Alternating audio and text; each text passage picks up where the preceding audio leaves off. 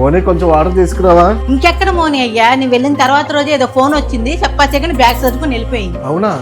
అవునరా, కావాలంటే ఫోన్ చేసుకో. అవునమ్మా, ఫోన్ కూడా కలవట్లేదు. ఇంకెందుకు కలిసిది లేరా దాని ఫోను?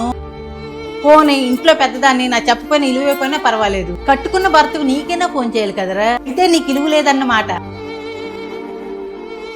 ఎక్కడికి వెళ్ళి వస్తున్నావే? ఏంటి నీతోనే మాట్లాడేది వినపడట్లేదా? ఎక్కడికి వెళ్ళావు? ఫోన్ స్విచ్ ఆఫ్ వస్తుంది. బాబాయ్కి బాలేదంటండి, అర్జెంట్ గా హాస్పిటల్లో జాయిన్ చేయాలంటే వెళ్ళాను. నాకు తెలియకుండా నీకు బాబాయ్ ఎవరు ఉన్నారే? అదే అండి, అత్తమ్మ వాళ్ళ తమ్ముడికి క్యాన్సర్ అంట, మీకు ఎక్కడ చెప్తే కంగారు పడతారో అని చెప్పలేదు. ఏ హాస్పిటల్లో జాయిన్ చేశారా? మంచిదేనా? వైజాగ్ లో బెస్ట్ క్యాన్సర్ హాస్పిటల్ మెడికవర్ హాస్పిటల్లో జాయిన్ చేశాం అత్తమ్మ.